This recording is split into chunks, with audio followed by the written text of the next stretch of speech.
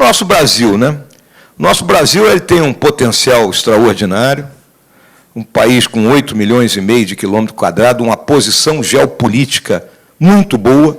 Nós ocupamos a porção centro-oriental da América do Sul, temos como costa oposta a África Ocidental, com uma gama de países com riquezas e identidade comum, vários deles, porque de lá vieram parcela dos formadores da nossa nacionalidade. Então, nós temos que ter essa visão em relação à África. Temos saída livre no Oceano Atlântico. Se vamos olhar para a China, procure imaginar aqui o mapa da China. Se a China quer sair pelo mar para o Nordeste, ela esbarra na Península Coreana e no Japão. Se ela quer sair para leste, ela esbarra em Taiwan. E se ela quer sair para Sudeste ou Sul, ela vai bater ali na Indonésia, né, na Nova Guiné. Então, ela não tem liberdade de trânsito pelos mares. E nós temos uma saída marítima aqui fantástica.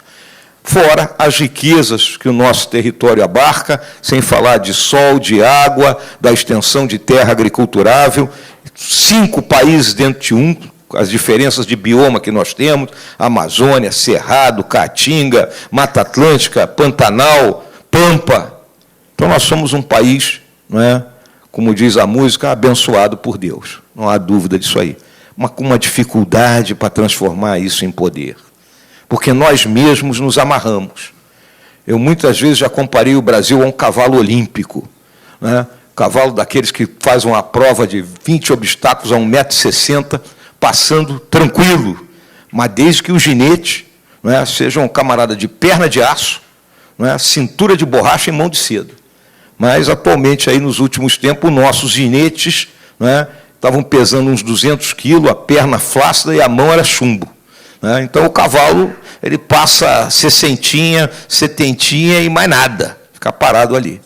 Então, nós temos, essa é a grande tarefa do governo do presidente Bolsonaro, né, a tarefa que ele se propôs, de retirar o peso do Estado das costas de quem trabalha, investe e produz, e de realmente criar as facilidades para que o país avance.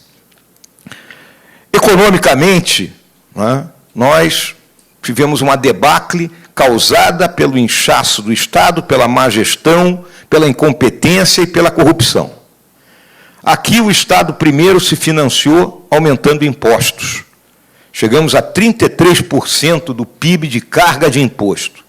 Senhoras e senhores sabem disso muito bem.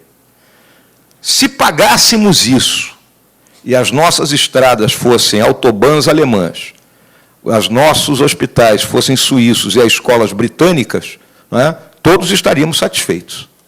Mas não é isso que aconteceu. Esse dinheiro se perdeu, seja, não é, pela corrupção, seja pela ineficiência, seja pelo aumento da estrutura estatal, aumento descomunal em todos os níveis. Em todos os níveis. Né. Também, né, é importante que, depois de que o país aumentou os impostos, é importante a gente lembrar o quê? Que aí passou a contrair dívida. Bom, não posso mais aumentar imposto, eu vou pegar dívida. Né? O que fez o governo durante o período da presidente Dilma? Pegou 600 bilhões no mercado, a 15%, e emprestou a meia dúzia para aqueles empresários que eram considerados capazes de induzir e fazer a roda da economia girar. Porque a filosofia que ela tinha era gasto e vida. Vamos gastar que a economia gira. É um conceito um tanto quanto primário. Né? Como consequência, nada foi feito, o dinheiro se perdeu pelo meio do caminho, e hoje nós temos uma dívida bruta de 80% do PIB. Está em 4 trilhões de reais a nossa dívida bruta, nós estamos pagando aí uma taxa de 400 bilhões de reais por ano de juro, sem conseguir abater o principal, porque estamos no 6º ano no vermelho. Não é? A gente não consegue ter um superávit de modo que consiga abater alguma coisa do principal da dívida e, obviamente, um orçamento engessado. Muito bem, como é que nós vamos solucionar isso aí?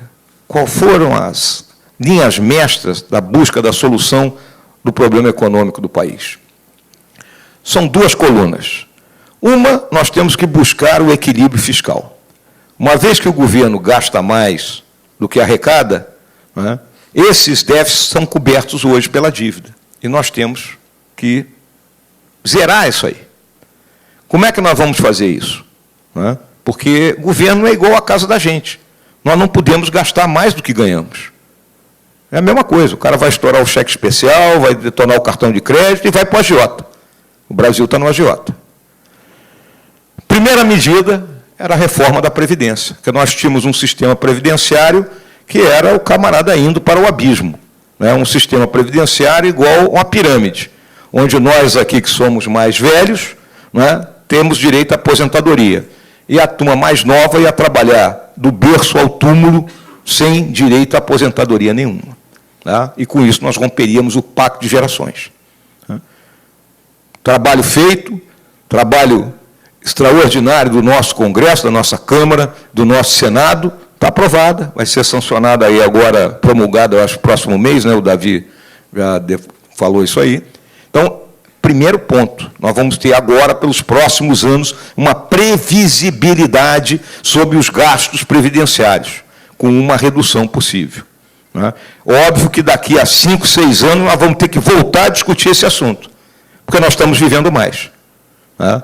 Então, a idade mínima que foi colocada ali, que vai chegar a homens 65, mulheres 62, em algum momento, e aí nós temos uma plateia aqui grande de mulheres, vão ter que entender que todo mundo vai chegar no mesmo nível, homens e mulheres. Essa é a vida moderna.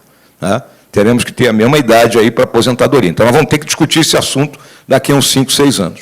Mas, assunto feito. Privatizações.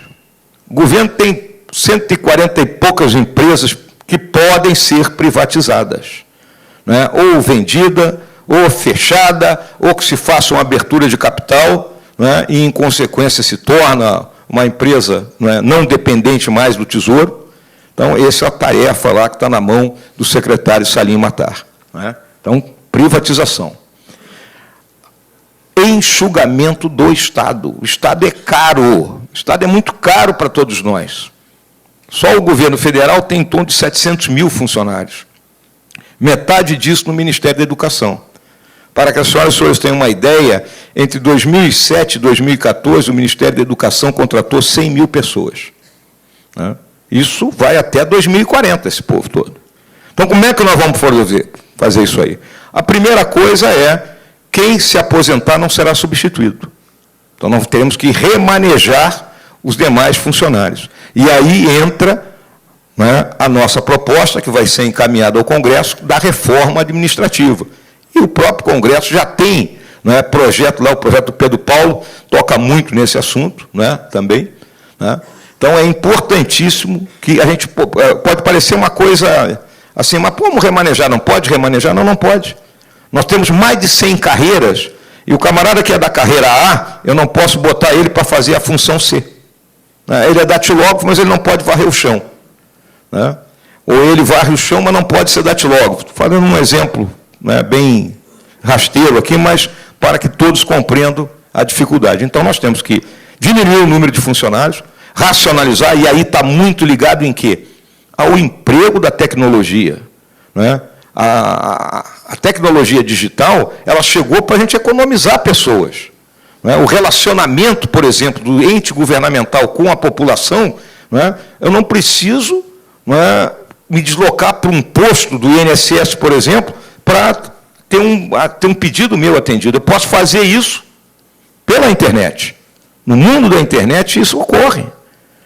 Algumas medidas que já foram tomadas, por exemplo, na área de fiscalização sanitária, que nós tínhamos mais de 200 agrônomos empenhados em trabalho dessa natureza, hoje nós reduzimos para 40, pelo uso da tecnologia digital. Então, esse relacionamento tem que ser incrementado, e é uma das tarefas que o governo se propôs. Né? E outras, né, medidas que são um pouco mais polêmicas, né, que terão que ser discutidas mais a fundo, como redução de jornada de trabalho, com a consequente redução de salário, né, que são medidas mais polêmicas, mas que tem que ser colocado na mesa para discutir, porque o Estado precisa reduzir, não é, o seu gasto.